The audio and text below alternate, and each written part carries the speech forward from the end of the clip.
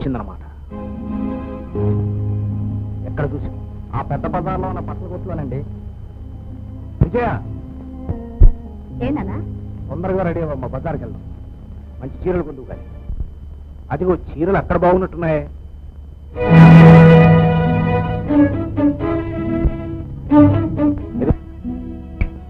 నిన్నే మీ కొట్టు మొత్తంలో ఖరీదైన చీరలు చూపించు. ఈవిడెవరో తెలుసా? డాక్టర్ మధుబాబు గారి భార్య, నా కూతురు. మా అంతస్తుకు తగిన చీరలు చూపించు.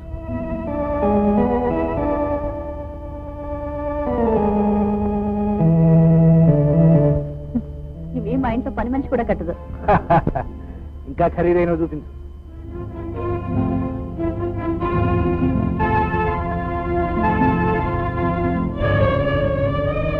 నాన్న,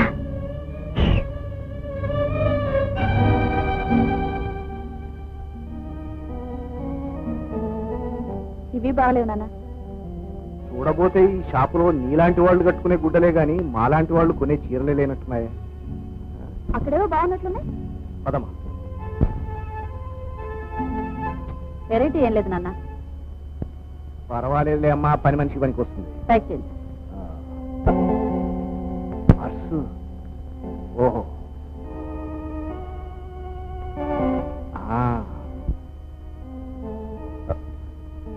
ఇందులో కొంత డబ్బు తగ్గిందే. ఇంకా 200 ఉండాలి. అదేమిటి నాన్న, సరిగా చూడు. ఎన్ని సంతేనమ్మా? ఏమిటి సార్, ఏమైంది? డబ్బయ్యా, నాకు బాగా గుర్తు. బ్యాంకులో 1000 రూపాయలు రాజేసి ఇక్కడికే వచ్చాను. చీరలు చూస్తూ చూస్తూ పర్సు కూడా ఇక్కడే మర్చిపోయాను. ఇక్కడే ఏమవుతుందండి? ఏమవడం ఏమిటయ్యా, డబ్బు పోయింది అంటుంటాను. ఇదిగో అమ్మాయి, నువ్వు తీసావా? లేదండి. లేదా? ఇక్కడ ఉన్నది నువ్వు కాక మేము తీసావంటావా? చూస్తూ ఊరుకుంటావేటయ్యా, నిలదీశాడు. ఏమమ్మా, నిజం చెప్పు, నువ్వు తీసావా?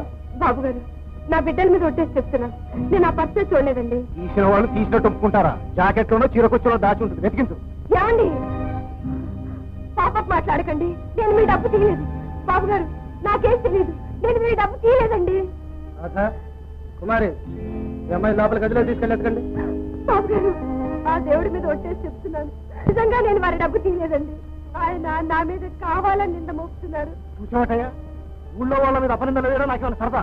ఏదో తెలిసిన వాడు కదా నీ కొట్టుకొస్తే ఇలా అడ్డమైన వాళ్ళతో నాన్న మాటలు అనిపిస్తా. చిచ్చి, అసలు ఇలాంటి చోట రావడం నాదే బుద్ధి. పదమ్మా.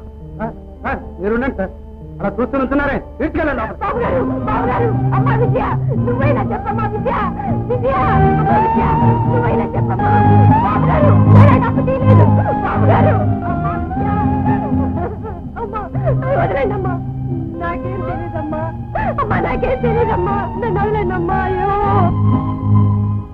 ఆవిడ దగ్గర డబ్బు ఎక్కడ దొరకలేదండి. దొరకలేదా? అయితే ఇక్కడే ఎక్కడో దాచి ఉంటుంది, వెతకండి. అరే, ఇక్కడే ఉన్నది. ఏమమ్మా, పిల్లలు కలిసి దాని బట్టి జాలిపడి పనిలో పెట్టుకుంటే ఇలాంటి పని నువ్వు చేసేది. ఇంకా ఎలాంటి పనులు చేస్తారనుకున్నావయ్యా? తక్కువ రకం మనుషుల బుద్ధి అంత. ఇంటి వాసాలు లెక్కెడతారు.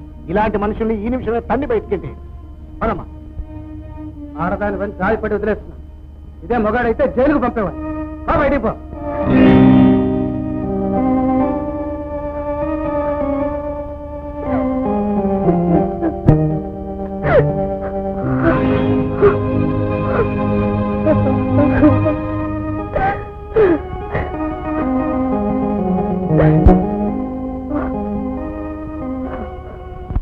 నేను చదువుకోకపోతే అన్నయ్య నేను క్షమించడన్నావు.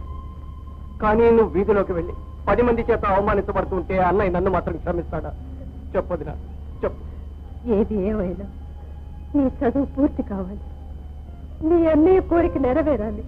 ఈలోగా నువ్వు కొవ్వొత్తిలాగా కరిగి కరిగి ఆవిరైపోవాలి. అంతేగా? వీల్లేదు. అన్నయ్య ఎలాగో దూరం అయిపోయాడు. నిన్ను కూడా పోగొట్టుకోలేవు వదినా. నీకు కావలసింది నీ చదువుకోవటమేగా, అలాగే చదువుకుంటా. కానీ ఈ రోజు నుంచి ఏదో ఒక పని చేసి ఈ కుటుంబాన్ని నేనే పోషిస్తాను. అంతే.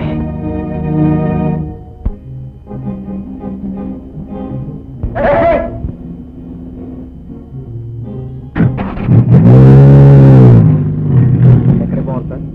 పదవై చెబుతాను. సరే.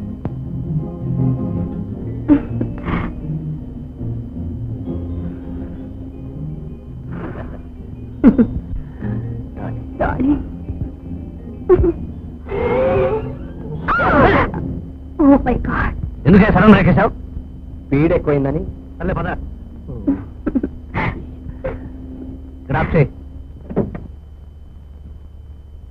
మరి నువ్వు రావా డార్లింగ్? ఓ బంగారు పిచ్చుక దగ్గరికి వెళ్ళాలి డార్లింగ్. దాన్ని నెత్తి నువ్వు దెబ్బేసి డబ్బు వసూలు చేసుకురావాలి. పని పూర్తి చేసుకుని ఈ హరి అరగంటలో నీ దగ్గరకు వచ్చేస్తాడు. ఓకే?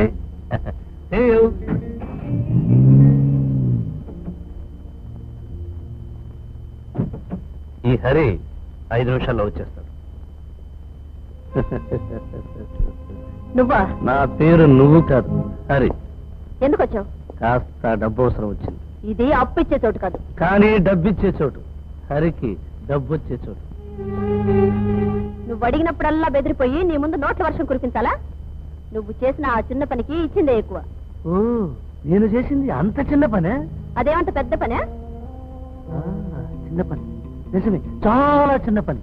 అయితే దాని మూలంగా నువ్వు నీ తండ్రి చట్టుకు చేరుకోగలిగావు. నీ భర్తని నీ కుంగున ముడివేసుకోగలిగావు. అంతేకాదు, మీరు చేయించిన ఆ చిన్న పని వల్ల ఓ పెంకుటింటికి నిప్పంటుకుంది. ఇప్పటికీ ఆ ఇల్లు ఆకళ్లతో, అప్పులతో, నీ భర్త చేసిన వంచనతో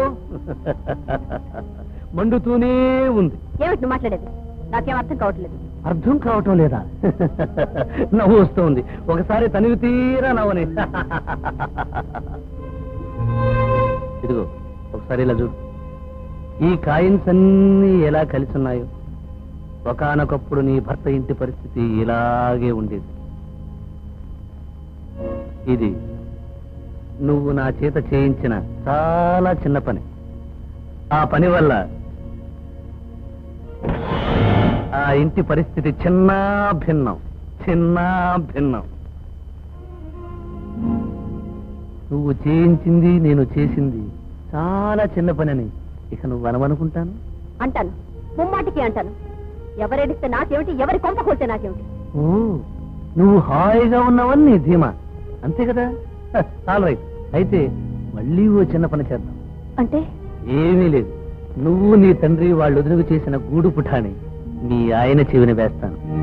అప్పుడు నువ్వు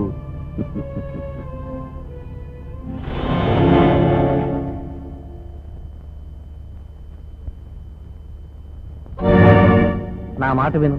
నీకు ఆ చెమట్లు వద్దు, ఎగశ్వాసలు దిగశ్వాసలు వద్దు. నాకు కావాల్సింది నాకు ఇచ్చేసే నేను వెళ్ళిపోతాను. సరే, డబ్బిస్తాను.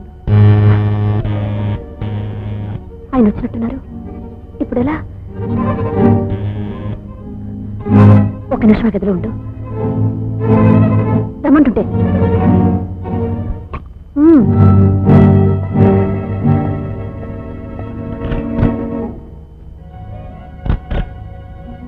నమస్కారం వదిన గారు. నువ్వా? అన్నయ్య ఈ రోజు ఇంట్లోనే ఉన్నాడే వదినా? హాస్పిటల్కి వెళ్ళారు. అక్కడికి వెళ్ళి. మరి లోపలేదో మగ గొంతులాగా వినిపించింది. అది అది రేడియోలో నాటకం వస్తుంది. రేడియోలో నాటకమా? రేడియో నాటకం? అవును. ఆహా. మరి మధ్యలో నీ గొంతు కూడా వినిపించింది ఏమిటి వదినా? నువ్వు నాటికలో వేసావా? అవునులే, నాటకాలు వేయటం అంటే నీకు చాలా సరదా కదా. అటెక్కడికి?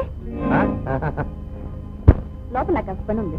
ఒక గంట రారాదు, ఇందులో ఆయన వచ్చేస్తారు. వదినా, నువ్వు లోపలికి వెళ్ళి పని చూసుకో. అన్నయ్య వచ్చేదాకా నేను ఇక్కడ కూర్చుండగా నాకు పనే ఉంది.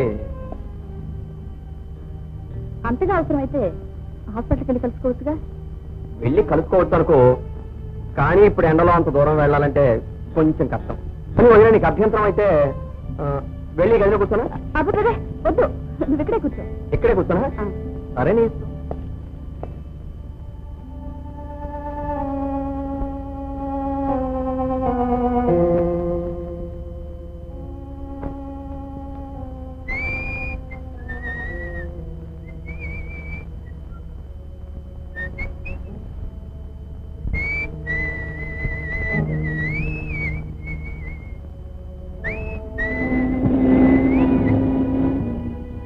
అదిగో కారు వచ్చింది. అన్నయ్య వచ్చుంటాడు. అన్నయ్య రానే వచ్చాడు. రానయ్యరా, నీకోసం ఎదురు చూస్తున్నాను. బయట ట్యాక్సీ నిలబెట్టి ఉంది. దాంట్లో నువ్వు వచ్చావా? కాదు, ట్యాక్సీ నేనే నడుపుతున్నాను. అయితే ట్యాక్సీ నడపడం మొదలు పెట్టావు అన్నమాట. ఏదో ఒక పనిలే అన్నయ్య. వదిలికి పిల్లలకి ఇంత తిండి పెట్టాలి కదా. నీలాగా అందరూ బాధ్యతను తప్పించుకోలేరుగా. చదువు మనిషావా? చదువు ఎందుకు మానేయాలి? దాని దావు దాందే, దీని దావు దీందే. ఆ ఇంటి గౌరవాన్ని నాశనం చేయడానికి అందరూ నడుం కట్టారన్నమాట. ఇదెక్కడికండి? రండి పైకి వెళ్దాం. ఇవాళ వదిన గారు ఆ గదిలోకి ఎవరిని వెళ్ళనివ్వటం లేదు. ఏమిటో విశేషం? కృష్ణ, అసలు నువ్వు ఎందుకు వచ్చారు అక్కడికి? ఏం లేదన్నయ్య, మన కళ్ళతో చూసిన ప్రతి విషయం నిజం కాదని నీకు తెలియచెప్పడానికి నాకు కొన్ని రుజువులు దొరికాయి. ఇప్పుడు ఆ రుజువులు సాక్ష్యాలు దీనికి అవసరం వచ్చింది కనుక. అంటే ఆ రోజు వదిన గదిలోంచి బయటకు వస్తున్న ఇస్మాయిల్ని చూసి 10 నెలల క్రితం నీ జీవితంలోకి వచ్చిన వదిన చెప్పిన మాటలు విని 10 ఏళ్ల నుంచి మనల్ని కంటికి రెప్పలా చూసుకుంటున్న మన వదిన మంచిది కాదని నువ్వు అనుమానించావు. ఇప్పుడు నేను చూపించబోయే నిజాన్ని చూశాక నీ కళ్ళే నిన్ను మోసం చేశాయని, నీ వాళ్ళే నీకు ద్రోహం చేశారని తెలుసుకుంటావు. చూడన్నయ్య,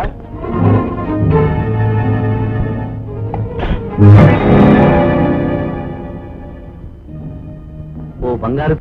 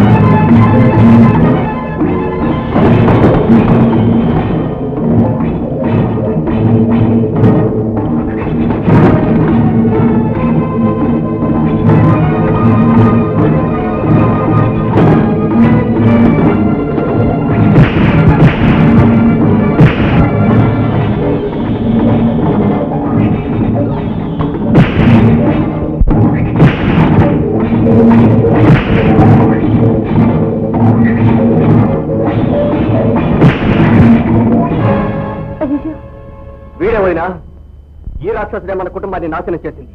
నీ మీద అపవాదు రావడానికి కారకుడి తోడ్పడ్డే. వీడిని డబ్బుతో కొనేసి చిన్న వదిన వాళ్ళ నాన్న. కృష్ణ, వెళ్ళు బాబు, వెళ్ళు. వదినా వీడు. కృష్ణ, ఇంటి విషయాలు ఇంటి మనుషుల ముందే మాట్లాడాలి, పరాయి వాళ్ళ ముందు కాదు. వెళ్ళు బాబు. చూసావుగా, నీ దయ వల్ల మా కుటుంబం ఎంత చల్లగా ఉందో. వెళ్ళు. ఎంత పని చేసావు వదినా? వీడిని పెడరెక్కలు విరిచి చిన్నన్నయ్య కాళ్ళ మీద పడేసి నిజం చెప్పించాలనుకున్నాను. ఈ నిజం బయటపడితే ఏం జరుగుతుందో కాస్త ఆలోచించు. మధు విజయ్ నేర్చుకుంటాడా? మధుకి ఈ నిజం తెలియచేయడం, నువ్వు విజయ్తో కాపురం చేయడానికి వీలు లేదు అని మనం చెప్పడమే అవుతుంది నాయన. మన క్షేమం గురించి ఆలోచించిన వాళ్ళ గురించి మనం ఎందుకు ఆలోచించాలి వదినా? ఇంట్లో దొంగతనం చేసిన బిడ్డ తల్లిదండ్రులు బాధపడతారని ఆలోచించదు. ఆ డబ్బుతో బిడ్డ ఏమైపోతుందోనని తల్లిదండ్రులే బాధపడతారు. 4 రోజులు పోతే విజయ్ తన తప్పు తానే తెలుసుకుంటుంది. అంతవరకు నీకు తెలిసిన ఈ నిజం ఎవరి ముందు బయటపెట్టదని నాకు ప్రమాణం చేయి. వదినా. అవును కృష్ణ, మీరు సుఖంగా సంతోషంగా కలిసి ఉండాలనే కోరికతోనే మీ అన్నయ్య కన్ను మూశారు. ఆయన చివరి కోరిక తీర్చవలసిన బాధ్యత మనందరికీ ఉంది. అందుకే చెప్తున్నాను, మధుకి నిజం తెలియటానికి వీల్లేదు. నా మీద ఒట్టే. వదినా. అంతే.